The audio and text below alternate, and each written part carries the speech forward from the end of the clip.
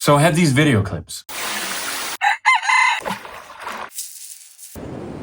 Next, I'm gonna try to experiment a bit and see what I can make from these sounds. Putting it all together right now, we got this groove. What I'm gonna do now is I'm gonna pitch it down. Pitch it even more down. And I'm gonna use this bit. And then I'm gonna play around with some distortion.